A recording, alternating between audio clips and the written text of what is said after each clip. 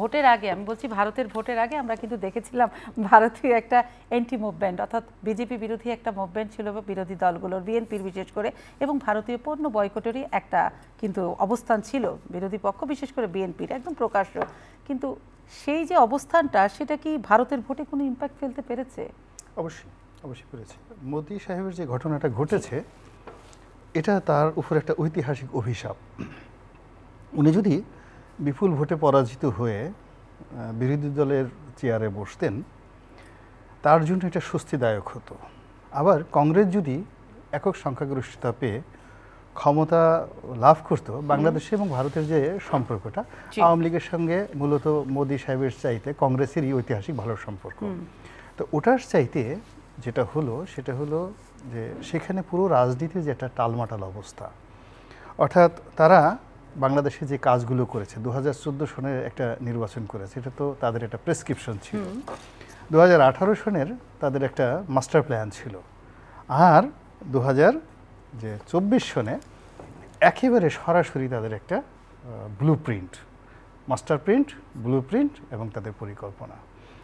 এই তিনটার আলোকে মোদি তাদের দেশের গণতন্ত্র হত্যা করার জন্য দে হ্যাভ ট্রাইড এ লট, যেটা ভারতের ইতিহাসে সে স্বাধীন হওয়ার পর থেকে কখনো হয়নি। এই বছর মোদি যা করেছে, সেটা কি করেছে? সে আমি একটু বলি, আমাদের দেশের গণতন্ত্রটা মোদি হত্যা করেছে বিজেপি।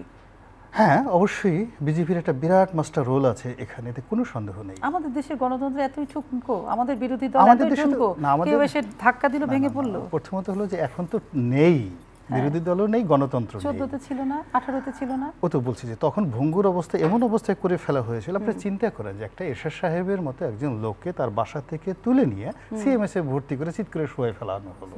এটা সবাই পুরো জাতির কাছে এটা একেবারে ওপেন সিক্রেট।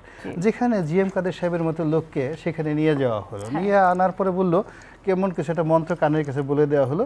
জিএম সাহেব বললো, না না না, সব কথা বলা যাবে, কিন্তু আমার দাদারা যা বলেছেন ও কথা আমি বলতে পারবো না। কিন্তু গোলাম মোল্লা রনি, আমি একটু থামায়, আপনি বলছেন আমাদের দেশের গণতন্ত্র যদি 13, 14, 18 এবং 24-এ মোদির হাত দিয়ে বাংলাদেশের গণতন্ত্রটা নষ্ট হয়েছে, আপনি ক্রোনোলজিটাও ব্যাখ্যা করেছেন, কিন্তু সেই জায়গাটা উনি ওনার দেশে স্টাবলিশ করতে পারলেন না। কেন পারলেন না? সেখানে তো বিরোধী পক্ষ এবং ওদের ডেমোক্রেসি জনতা অনেক বেশি। আমাদের কেন পারলো তাহলে? আমাদের বিরোধী দল ব্যর্থ?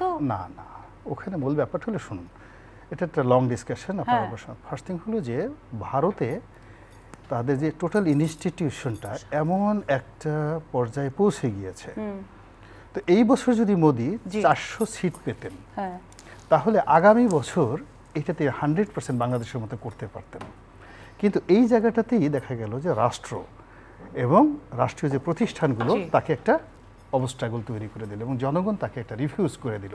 এবং তিনি যেভাবে নিজেকে দেবতা বানানোর চেষ্টা করেছিলেন, অতি মানব বানানোর চেষ্টা করেছিলেন, এবং এটা কিন্তু দেখবেন যে পৃথিবীর সব স্বৈরাচার এবং সব যাকে বলা হয় ফ্যাসিস্ট যারা মনোবৃত্তির মানুষ, হিটলার এবং মুসলিমের মধ্যে তাদের একটা প্রধান চরিত্র হলো তারা করে কি, অন্য সবাইকে মানুষকে ছোট বানায় এবং নিজেকে হিমালয়ের মতো বড় বানায়। এবং সে বলে যে আমি যে বড় হয়েছি, আমার উপর একটা ঈশ্বরের অধিকার আছে, আমি ঈশ্বরের প্রতিনিধি। এবং মোদিও কিন্তু এইবার ওই প্রচারটা করা শুরু করেছিল যে আমি ঈশ্বরের প্রতিভু এবং ঈশ্বরের প্রতিনিধি। এবং সে যেভাবে হিন্দুত্ববাদ এবং রাম মন্দির নিয়ে যে বাড়াবাড়ি করেছে, ধর্মপ্রাণ কোনো হিন্দু সেটা কিন্তু পছন্দ করেনি। এমনকি উত্তরপ্রদেশের যেখানে রাম মন্দির নির্বাচিত হয়েছে, সেখানকার যিনি মুখ্যমন্ত্রী তিনিও পরিপূর্ণভাবে তার বিরোধিতা করেছেন, তার দল যোগী আদিত্যনাথ।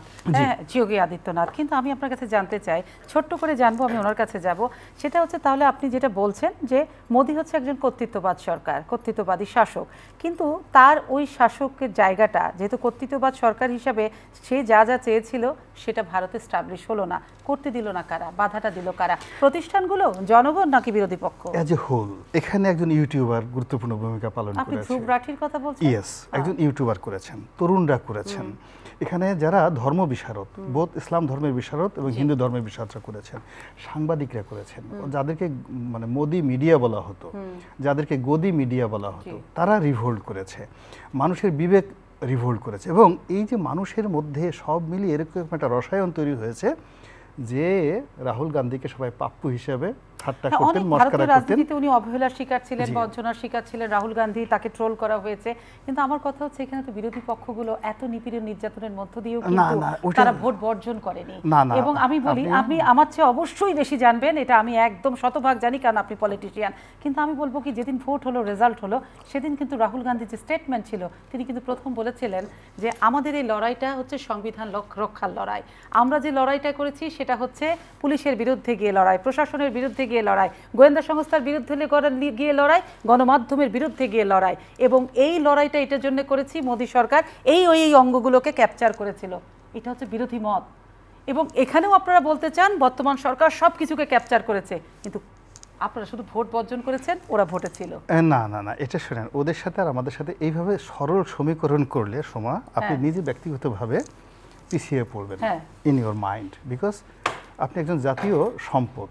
এই একটা সুন্দর অনুষ্ঠান করেন, অনুষ্ঠানের উপস্থাপিকা, হ্যাঁ, আপনার কোটি কোটি আপনার দর্শক আছে। এখন এই কোটি কোটি দর্শকদেরকে যদি আপনি একটা সরল সমীকরণ দিয়ে সাধারণভাবে বোঝান, এই দর্শকরা আপনার সম্পর্কে একটা রং মেসেজ পাবে, এবং একটা সময় মানে আপনি নেগেটিভ আলোচনা করতে করতে আপনিও এর মধ্যে মধ্যে মানে নেগেটিভ হয়ে যাবেন।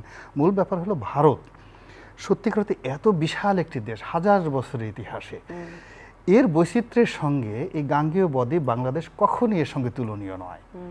এমনকি মহাভারতের যুগে তুলনীয় নয়। সেখানে যে মহাভারত হয়েছে, সেখানে যে রামায়ণ হয়েছে, ওটার প্রেক্ষাপট আলাদা। আমাদের গণতন্ত্রটা অন্য কেউ এসে নষ্ট করে কেন? তাহলে বিক্রিয়ার কারা আমাদের দেশে? জনতা নাকি বিরোধী পক্ষগুলো? কোনটা? নাকি সংগঠন, আমাদের প্রাতিষ্ঠানিকভাবে জায়গাগুলো দুর্বলতা? সোমা, আপনাকে যদি বাংলাদেশ নিয়ে আলোচনা করতে হয়, কেবলই মাত্র গাঙ্গে বদ্বীপ নিয়ে আলোচনা করতে হবে। এর কারণ হলো আমরা সব সময় বিদেশিরা যেটা করেছে, যখনই আফ্রিকা থেকে আমরা কিছু লোকজনকে এনেছি আমাদের প্রাসাদ পাহারা দেওয়ার জন্য, গিয়াসউদ্দিন আজম শাহের জামানাতে, এরকম একজন পাহারাদারের নাম ছিল মুজাফর শাহ। তিনি এক রাতে হঠাৎ করে বললেন যে আমি রাজা হব। তো তিনি রাজাকে মেরে ফেললেন, এবং মাত্র 200-300 কাফরি আফ্রিকান দাস তারা প্রায় 50 বছর বাংলাদেশ চালালো। এই ইতিহাস আপনি ভারতে পাবেন না, মানে আপনি ভারতের কোনোদিন ইতিহাস পাবেন না। আমাদের এই দেশে এই দেখা গেল বর্গীরা আসছে, মানে সবসময় ভাড়াটিয়া লোকরা এসে আমাদেরকে শাসন করেছে, সবসময় শাসন করেছে, এবং আমরা খুব সহজে ভয় পেয়ে যাই। আমাদের হাত পা এমন কাঁপা কাঁপে, আমাদের গলা শুকিয়ে যায়। আমাদের এই দেশের মানুষের যেভাবে হাঁটু কাঁপে, যেভাবে গোকরা সাপ দেখলে 99% লোক হার্ট ফেল করে মারা যায়। আপনি জানেন গোকরা সাপের বেশিরভাগ আমরা কালনাগিনী বলি না, কালনাগিনীর কিন্তু বিষ নাই, কোনো বিষ নাই, শুধু নামই কালনাগিনী। এখন বিষ আছে, অনেকে রাসেল ভাইপার আছে, সে ফনা তুলে না, কিন্তু কোনো কালনাগিনী যদি কারোর সামনে এসে ফুস করে, ওর আর কিছু করা লাগবে না, আল্লাহু আকবার বলে সঙ্গে সঙ্গে কবরে চলে যাবে। এই হলো বাঙালির ইতিহাস। কিন্তু ভারতে অনেক এরকম জাতি গোষ্ঠী আছে, ও কালনাগিনী চিনে, ও আস্তে সাথে ধরে ফেলে। তো যার জন্য ওই যে দেখেন, মানুষ জাদু শেখার জন্য কামরূপ যায়, কামাখ্যা যায়, আর আমরা কামরূপ কামাখ্যা থেকে এসে সাপর কামড়ে মরে যাই। ফলে আমাদের এই গাঙ্গেয় বদ্বীপের যে ইতিহাস, এই মগেরা এসেছে, ভয় পাই আমরা না, ও মাই গড। আপনি যে বেনজির আজিজকে নিয়ে এত লাফালাফি করতেছেন, আপনি তো এখন বুঝছেন যে এই দুজনই ফোর্স, মানে তাদের বিষ দাঁত কিছু ছিল না। মানে এই জাতির যারা আজিজকে ভয় পেয়েছে, যারা বেনজিরকে পেয়েছে, আমি ওই ইস্যুতে আসবো, এরা যে সত্যিকার অর্থে ফোর্স ফাঁস, এটা তো এখন বোঝা যাচ্ছে বাপুরাম সাপুরের মতো।